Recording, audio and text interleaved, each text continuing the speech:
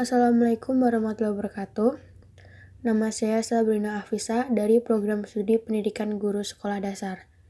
NIM saya 211.069. Hakikat sains atau NOS belum sepenuhnya dipahami oleh siswa, guru. Up Alcoholic Bell dan Lederman, Breakhouse, Lederman, Asian and Tassar bersama dengan Breakhouse menemukan bahwa pengetahuan guru tentang NOS tidak sesuai dengan pembelajaran yang mereka lakukan di lapangan. Furthermore, Asian and Tassar melaporkan bahwa konsepsi NOS dipegang oleh guru dan guru kelas latihan. Pengetahuan IPA membutuhkan imajinasi dan kreativitas, meskipun fenomena yang diamati dengan interpretasi objektif sains juga subjek atau teori syarat, bergantung pada latar belakang studi atau bidang yang dipelajari. Namun, sains berbeda dengan teknologi dan teknik rekayasa, tetapi saling mempengaruhi satu sama lain. IPA sendiri merupakan mix dari epistemologi dan sosiologi ilmu dan bagaimana ilmu pengetahuan atau cara mengetahui menjelaskan sifat dari fenomena dan teori berkembang dan pertunjukan aspek sains dari perspektif epistemologi. Pengetahuan sains secara empiris adalah data yang berbasis atau dihasilkan dari observasi dan penarikan kesimpulan fenomena alam. Tujuannya yaitu untuk meningkatkan pandangan calon guru pendidikan sains tentang hakikat sains. Penelitian ini menggunakan metode deskriptif kuantitatif. Pendapat yang berbeda dikemukakan oleh Ackerson dan Vollrich tahun 2006 yang menunjukkan bahwa kemampuan guru yang belum mendapat pelatihan tentang hakikat sains kemudian mendapat kesempatan magang dan mengajar NOS terbimbing tidak hanya berhasil dalam memahami konseptualisasi dari NOS untuk dirinya sendiri, tetapi juga mampu mengajarkan ide-ide sains. Berdasarkan penelitian yang dilakukan terhadap 94 responden yang terdiri dari guru berlatar belakang IPA dan non-IPA, ditemukan guru pendidikan non-formal IPA memiliki pemahaman NOS yang lebih tinggi dari aspek proses, perubahan sosial, dan sikap. Sedangkan pemahaman NOS sebagai produk guru dengan pendidikan sains lebih tinggi daripada non-sains. Abdelholek Bojot tahun 1995 menyatakan bahwa guru hanya mengajarkan IPA sebagai produk dari ilmu pengetahuan terlepas dari aspek ilmu yang lain.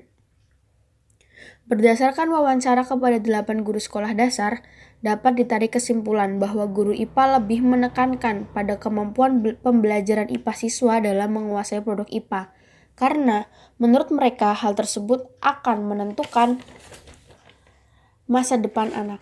Adapun latar belakang guru non-sains yang cenderung memperhatikan komponen lain.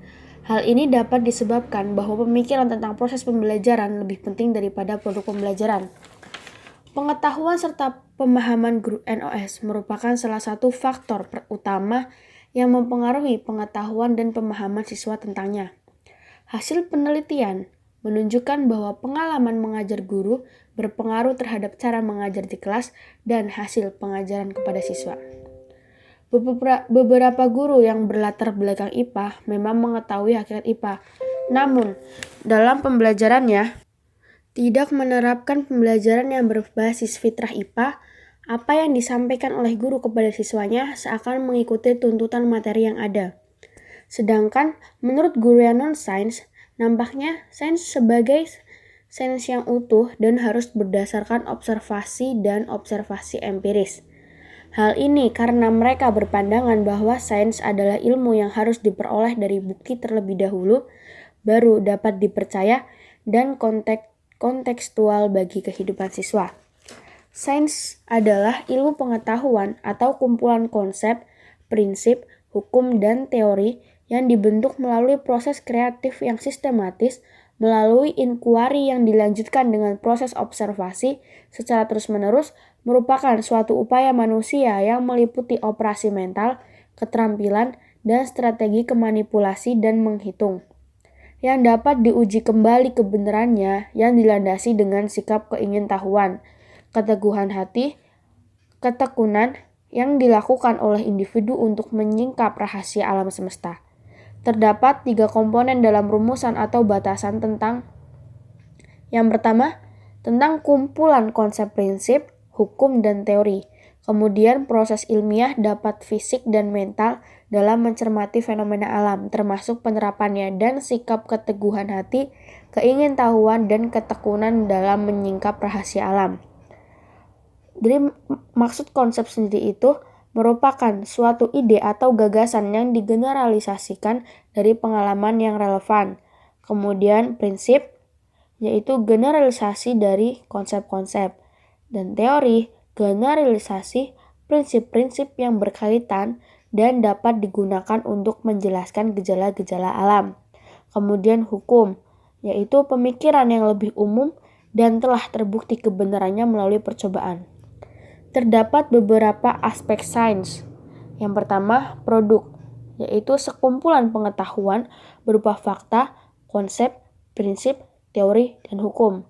Kemudian ada proses, yaitu perumusan masalah, penyusunan kerangka hipotesis, penrumusan hipotesis, pengujian hipotesis, dan penarikan kesimpulan.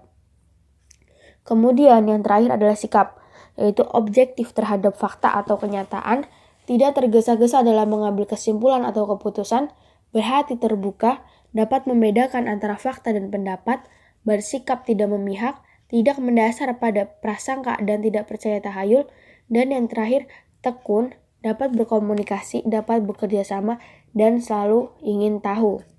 Sekian, terima kasih. Wassalamualaikum warahmatullahi wabarakatuh.